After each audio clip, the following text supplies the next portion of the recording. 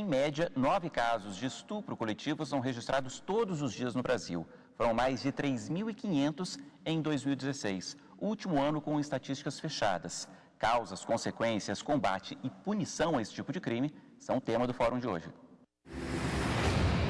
O número exato foi de 3.526 casos de estupro coletivo em 2016, mais do que no ano anterior, quando houve 3.232 denúncias. Ao todo, foram quase 23 mil registros de estupro em 2016, sendo que 10% das vítimas são homens e quase 90% são mulheres. Em 2015, foram 20.600 casos, 11% de homens e quase 90% de mulheres.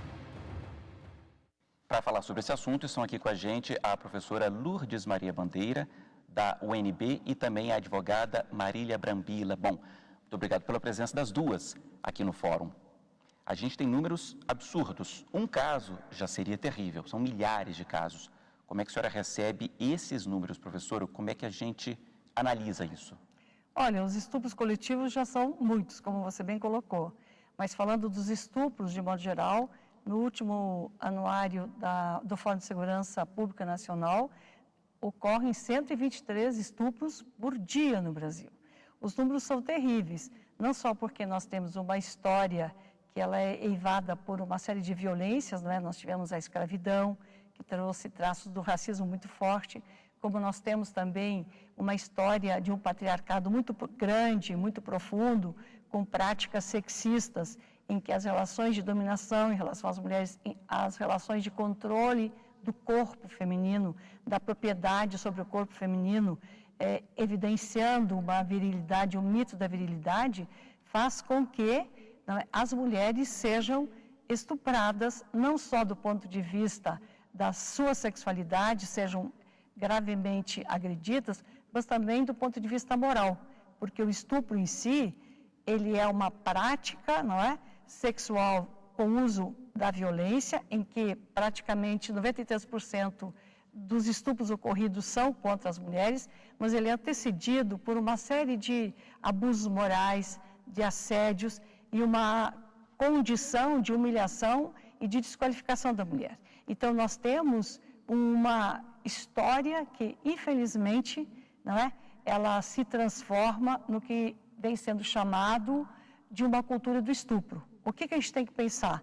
Tem que pensar numa cultura anti-estupro, que levaria necessariamente a mudança nos valores, na cultura, nos processos educacionais, trabalhar com crianças desde a tenra idade até a idade adulta, mudança na compreensão das instituições jurídicas, policiais, universitárias, etc.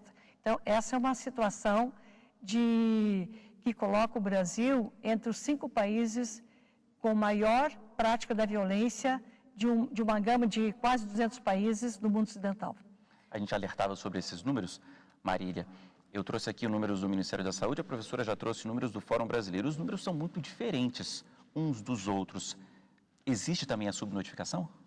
Existe, a gente chama de cifra oculta, muitos estupros, sejam eles coletivos ou estupros individuais, deixam de ser levados ao conhecimento da autoridade policial, do Poder Judiciário. Nesse caso em específico do Ministério da Saúde, existe uma obrigação legal de que o médico que toma conhecimento desse estupro, dessa vítima que chega até a rede de saúde para ser atendida, ele é obrigado a notificar o Ministério da Saúde, não identificando essa vítima, mas para identificar pontualmente quem são essas vítimas e que tipo de atendimento especializado elas receberam.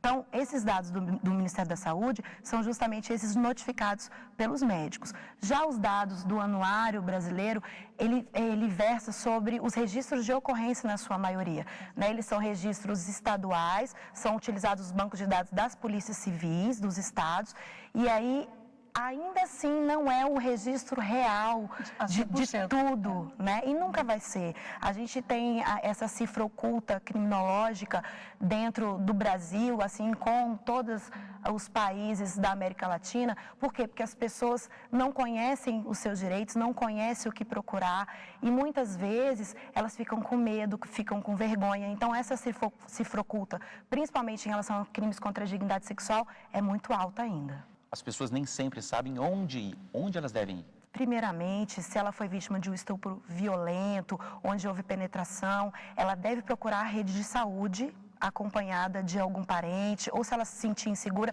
ela deve se dirigir à delegacia e ela será encaminhada para esse tratamento. Por quê? Porque ela precisa tomar coquetéis que vai evitar que ela tenha aí adquirido alguma doença sexualmente transmissível e fazer aquele primeiro atendimento psicológico, até para se fortalecer, para que depois ela possa comparecer à delegacia. Preocupe-se primeiramente com a sua saúde corporal, com a sua integridade mental e após ela pode procurar a delegacia mais próxima. E muitas vezes, em alguns estados, por exemplo, aqui no Distrito Federal, a gente já tem posto de atendimento policial dentro do hospital.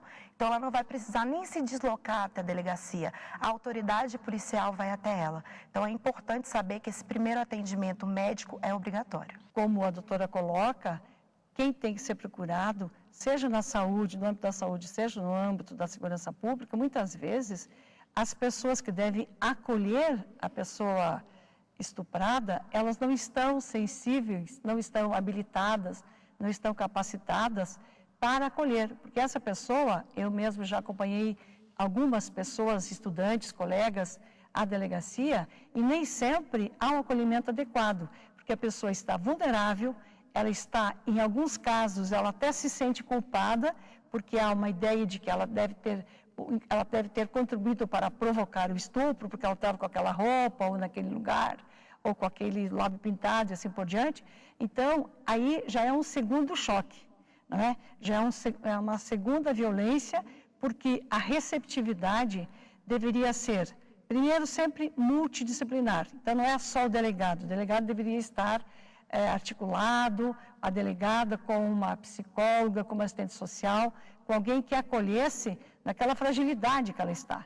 É necessário que esteja uma conjugação articulada entre o Judiciário, a Secretaria de Segurança, as políticas públicas, porque existe sim uma legislação que o Sistema Único de Saúde deve aceitar, recolher e abrigar adequadamente essa mulher estuprada, dando prioridade à saúde e depois indo à delegacia, como a doutora bem colocou. Então, isso precisa mudar uma cultura, precisa mudar valores, precisa mudar atitudes, comportamentos. É o nosso desejo que eu acho que as novas gerações, inclusive porque grande parte disso, não dá para negar que o feminismo trouxe, na condição de equipar, digamos assim, as mulheres do ponto de vista cidadã, para elas reivindicarem esses direitos. Nós estamos aí passando num período que a gente chama de vacatio legis para a implementação de um novo depoimento especial. E esse depoimento especial, que a lei entrará em vigor em maio, ele traz essa perspectiva de evitar a revitimização, que a gente chama de revitimização primária, secundária e terciária. Ou seja, essa vítima de violência, seja ela criança e adolescente ou mulheres vítimas de violência sexual ou qualquer vulnerabilidade, vítima de qualquer crime contra a sua vulnerabilidade, que ela se encontra nessa condição, ela será ouvida uma única vez. Seja na esfera policial, seja na esfera judicial, como o que a gente chama de forma antecipada de prova, antecipação de provas, justamente para que ela passe por essa situação de narrar o que aconteceu uma única vez. Então, isso deverá ser registrado em áudio ou gravação pela autoridade policial ou pelo próprio judiciário, pelo juiz, numa audiência especial para isso. E a lei está muito preocupada, assim, a desenvolvimento para que a gente evite cada vez mais essa revitimização, fazer com que a vítima se sinta protegida pelo Estado também, porque ela já foi vítima na sua sexualidade uma primeira vez. Depois ela mais uma vez é colocada como vítima dentro da sociedade, dentro da sua família. E uma terceira vez, que é a violência institucional, ela ter que contar para várias pessoas dentro desse sistema. E eu concordo plenamente com a nossa doutora professora quando ela fala desse acolhimento. Nós temos que, e a Maria da Penha traz essa capacitação dos agentes, essa equipe multidisciplinar. Aqui no Distrito Federal, a nossa delegacia especializada já atua nesse sentido. Temos salas especializadas com psicólogo. A oitiva não é feita pelos agentes homens, preferencialmente por agentes mulheres, como a lei vai trazer. Então, aqui no Distrito Federal, a gente já tem essa preocupação, mas a lei é nacional. né? A gente tem que se preocupar, os estados e os municípios têm que se preocupar com a implementação dessa lei. Não é à toa que a gente tem diretrizes nacionais que vêm sendo implementadas de forma estadual em cooperação com os municípios de política de proteção dos direitos das mulheres. Mas é importante que se diga que nós não temos mais do que 470 delegacias especiais de atendimento às mulheres do Brasil, num país que tem 5.500 e tantos municípios. Então, esse já é um problema, né? O que vai possibilitar, digamos assim, que os municípios, os lugares em que não tem delegacia, as mulheres tenham acesso? É o Liga 180, né? O Disque 180 que pode acolher uma denúncia e que pode acionar. Agora, esse é o limite concreto da política pública, né? Porque aonde que não tem as delegacias, e a CPMI da violência contra a mulher que teve do Congresso Nacional, que ensejou a criação da lei do feminicídio, a gente verifica pelos dados, não é, que foram visitadas todas as capitais dos municípios do interior, a precariedade, não é, de organismos em relação às mulheres, de varas que atendam sobre a questão da violência. Então, digamos assim, a rede, a estrutura, não é, do Estado para acionar-se e articular-se com políticas públicas ainda é muito precária. Vou pedir aqui um tempinho para as duas, porque o fórum faz uma rápida pausa, mas volta num minutinho. Até já.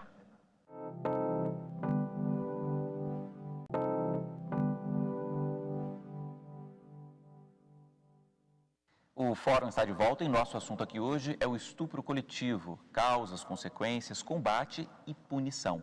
Marília, o que é o estupro coletivo? Ele é tipificado, tem penas severas? Explica pra gente, por favor. O estupro está previsto no artigo 213 do Código Penal e a pena dele varia de 6 anos a 10 anos. O estupro coletivo em si é o que a gente chama de causa de aumento, que está lá no artigo 226 do Código Penal, que diz que quando o estupro é praticado por 2 ou mais agentes, a pena é aumentada de 4ª parte. Então, você teria a pena do estupro, mais um aumento no que a gente chama na 3ª fase de aplicação da pena, em relação à coautoria e participação. Eu acho interessante esclarecer, porque no estupro coletivo, nós temos as modalidades de coautores e partícipes, né? Aquele que constrange, que segura a vítima, ou aquele que pratica a conjunção carnal ou qualquer outro ato libidinoso, ele é chamado de coautor. Aquele que filma, aquele que instiga, aquele que auxilia emprestando a casa, o carro, está ali junto, auxiliando, induzindo ou instigando, ele é chamado de partícipe. Isso está lá no artigo 29 da parte geral do Código. Todos têm a mesma pena. Isso é bom esclarecer, né, doutora? Que independentemente de você estar participando, que a gente chama da prática do núcleo do tipo, da prática do ato libidinoso em si, aquele que está junto, participando, tem a mesma pena combinada e a mesma responsabilidade. Então, não tem aquela conversa, eu presenciei, só instiguei, só filmei. Todos responderão pelo crime de estupro. Em muitos casos, quem está em casa que comete esse tipo de crime, isso também aumenta a pena? Sim, a modalidade de ser parente, padrasto, avô, também é uma causa de aumento, mas ainda é maior. Lá no artigo 226, a gente tem a causa de aumento de metade dessa pena. Então, todas essas circunstâncias que a gente chama de causa de aumento, são as circunstâncias que estão em volta da prática do estupro. Então, ser parente, ser padrasto, madrasta, inclusive tudo aquilo que está dentro do ambiente familiar é levado em consideração na punição, sim. Esses casos, inclusive, professora, são maioria. Pai, padrasto, irmão, tio, a maioria dos casos é cometido por quem está dentro de casa. Sim, sobretudo em relação a crianças e jovens. Jovens até 17, entre 14 e 17 é uma faixa bem significativa, né? O caso do padrasto é incrível. Das mulheres, de modo geral, estupro individual, que também ocorre dentro de casa, e é importante que se diga que tem um estupro marital, que muitas pessoas não sabem ou não conhecem, que o fato de ser casada obriga, o marido obriga a mulher a ter relações sexuais com ela, muitas vezes usando até da força, em função de que ela não está disposta, que ela não quer, ele não respeita o desejo. O desejo dela também é uma outra forma de estupro, que também ocorre em conjugalidades, pessoas que têm relações afetivas, embora possam não ter o vínculo do casamento formal ou não. Mas, para as mulheres também, o risco grande ocorre no espaço público, tanto na rua, circulando pela rua, como também o estupro acaba sendo um elemento que vem a ocorrer na relação no espaço laboral, quando muitas vezes é precedido por um assédio sexual no espaço laboral, no espaço do trabalho, e que muitas vezes chega até a prática do estupro, né? E, claro, há casos, a gente tem depoimentos de jovens, não é? Que entre denunciar a sua chefia imediata por ter sofrido assédio sexual, por ter sofrido estupro e perder o emprego, elas acabam permanecendo com o emprego. Então, lamentavelmente, esse é um grande problema que nós temos. É mais um caso que não chega às autoridades, né? Não chega às autoridades, como a doutora colocou, há uma subnotificação, não é? E é por isso que os dados são diversos, porque o DataSUS, ele registra quem teve a notificação compulsória, né? Que também não garante 100%, porque tem médicos ou tem o pessoal lá da saúde que muitas vezes cria determinados disfarces para que ele não se sinta comprometido também, né? Então, esse é o problema. E tem outras fontes, tem as delegacias, não é? As delegacias especiais das mulheres, tem as outras delegacias, não é? E, às vezes, há registros também em organismos de política para as mulheres, tem o 180, então uma gama de informações. Como nós não temos um sistema, políticas públicas no Brasil, com praticamente esvaziamento da Secretaria de Política para as Mulheres, que ocorreu em 2016, praticamente nós não temos um sistema nacional que atue, não é, no sentido de sistematizar os dados de todas as diferentes fontes sobre isso. Retomando o estupro marital, a gente chama no direito de débito conjugal, aquilo que Nelson Hungria trouxe lá na sua obra primordial, comentando o Código de 1940, ele dizia, a mulher deve, é um dever do casamento, a subrogação e a prática do ato libidinoso. Isso já não existe dentro da nossa perspectiva do Poder Judiciário desde a década de 70, com o Estatuto da Mulher do Divórcio e com o Código Civil Novo, isso foi totalmente refutado. Em relação à subrogação de crianças e adolescentes, a gente chama de temor reverencial. O que se faz aquela criança se sentir amedrontada? Por quê? Porque ela teme aquela autoridade do pai, do padrasto ou daquele parente. Então, aquele agressor se utiliza desse temor. E é interessante também a gente relembrar, né, que qualquer tipo de subrogação sexual, seja agressor até mulher.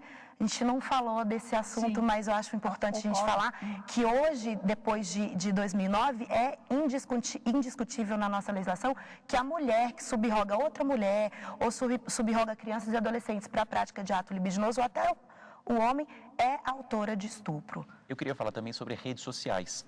A gente vê hoje aí uma avalanche de vídeos inclusive de pessoas que cometem crimes e divulgam esses vídeos.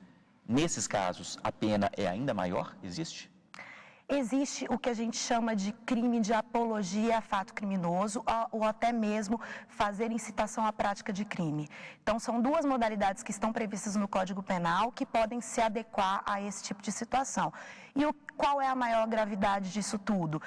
A forma, a rapidez com que essas informações se propalam e a preocupação que nós temos que ter em relação à dignidade daquela vítima, né? Então, o que a gente vem observando? A gente vem observando que as pessoas compartilham, as pessoas dão, vamos dizer assim, asas a esse ato atroz, né? Então, nós mesmos temos que ser polícias, né? A gente tem que fazer esse tipo de denúncia na própria rede social, fazer a denúncia no Facebook para que esse tipo de exibição seja imediatamente retirado das redes. Como é que isso vira um troféu, professora? Uma pessoa que cometeu um crime e divulga esse crime?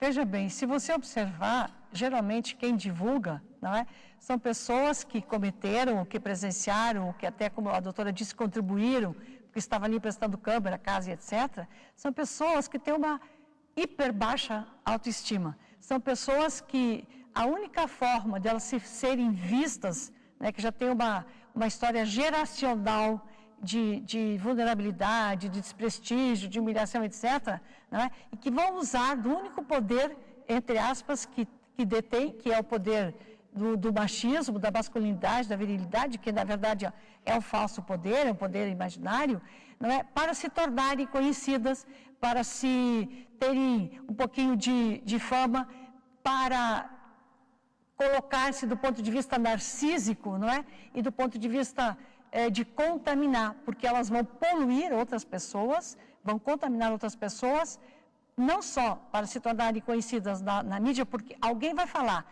não importa que falem o bem ou o mal, importa que a pessoa seja falada, não é? Então, esse tipo de narcisismo, que é muito comum na nossa sociedade, que está muito associado ao consumo, então você não consome um bem material, você está consumindo um bem imaterial, que é, na verdade, essa possibilidade da outra pessoa que viu, eu também posso fazer, eu também posso estar na rede social, eu também posso ficar conhecido aqui no Brasil, no exterior e etc. Né? E não tem o menor conhecimento do que é a punição, de que pode ser condenado, pode ser um crime, pode servir de prova, etc. Né? É uma nova forma de narcisismo. Como o senhor disse, é uma nova forma de um troféu social que está muito ligado com essa condição de humilhação, com essa condição historicamente de baixa autoestima e de não ter tido outra forma de ter algum tipo de reconhecimento. Então, vai pelo mais negativo possível. Vai pelo aquilo que é perverso mesmo. A gente precisa de alguma mudança na lei? Marília, você citou uma do depoimento e eu perguntava se o crime de estupro coletivo é tipificado. Você dizia que não. É preciso mudar? Ao meu sentir, não. A lei resolve bem, né? A causa de aumento de 1/4, quando se fala em coautoria ou participação desse estupro coletivo, ao meu sentir, ela já traz proporcionalidade às penas. Porque, hoje em dia, o que mais se discute são essas proporcionalidades. Então, vejamos, o homicídio tem uma pena de 6 a 20 anos, o estupro de vulnerável de 8 a 15 anos. Então, a lei em si, ela já traz uma proporcionalidade nas penas. O que nós precisamos compreender e ter maior sensibilidade é que essas questões produzidas no processo, o juiz tem que verificar. Né? Então, essa pena tem que ser individualizada, ela tem que trazer aquele caso concreto, em especial, a punição para aquele agente, segundo os princípios da prevenção para o agente e a prevenção geral. Por que está se gerando essa situação de impunidade? Primeiro, porque a população não conhece a legislação, faz esse pré-julgamento midiático, acredita que essa legislação não presta, é ruim, e, na verdade, ela é boa. O que ela precisa é ser aplicada de forma correta. Bom, a gente está caminhando aqui para o finalzinho já do programa. Professora, fica com um recado final, uma orientação, um recado? O que eu acho é que sempre tem que fazer a denúncia. As mulheres têm que superar o medo, têm que superar a vergonha, muitas vezes têm que superar a chantagem até do companheiro, né, se for conhecido, da própria família, e sempre tem que procurar a autoridade policial, né, ou a saúde, enfim, procurar digamos, equipamento público, equipamento do Estado para denunciar. E se por acaso não for tratada adequadamente, né, sempre tendo alguém que acompanhe, né, em função da fragilidade emocional que a pessoa se encontra, sempre tem que cobrar do agente público um tratamento adequado, cidadão, uma ação de cuidado, para que essa pessoa seja acolhida e o crime seja tratado. Então, o meu recado final é: denuncie. Não pode deixar que esse poder masculino, permaneça tomando conta do nosso corpo e da nossa mente. Você, Marília? O meu recado, em especial para os homens: enquanto o pensamento não mudar, não tem política pública, não tem nossa vontade de estudiosos, enquanto nós estivermos criando os nossos homens e até mesmo as nossas meninas com essa sensação de que mulher é vulnerável e que homem é viril, não tem o que nós façamos para mudar. Então, vamos mudar o pensamento. Você pense como você interpreta o corpo do outro, o quanto você respeita a dignidade do outro. Eu acho que se cada um de nós fizermos essa introspecção e acreditar, eu respeito a dignidade do outro em todos os aspectos, a gente vai mudar. Ok. Marília, muito obrigado pela sua presença aqui com a gente. Lourdes, muitíssimo obrigado também. Eu agradeço. Bom, muito obrigado a você também que nos acompanhou aqui hoje. O Fórum fica por aqui, mas para rever este e também outros programas, acesse aí tvjustiça.jus.br. Mande um e-mail para a gente também, fórum@stf.jus.br. E até o próximo programa. Tchau!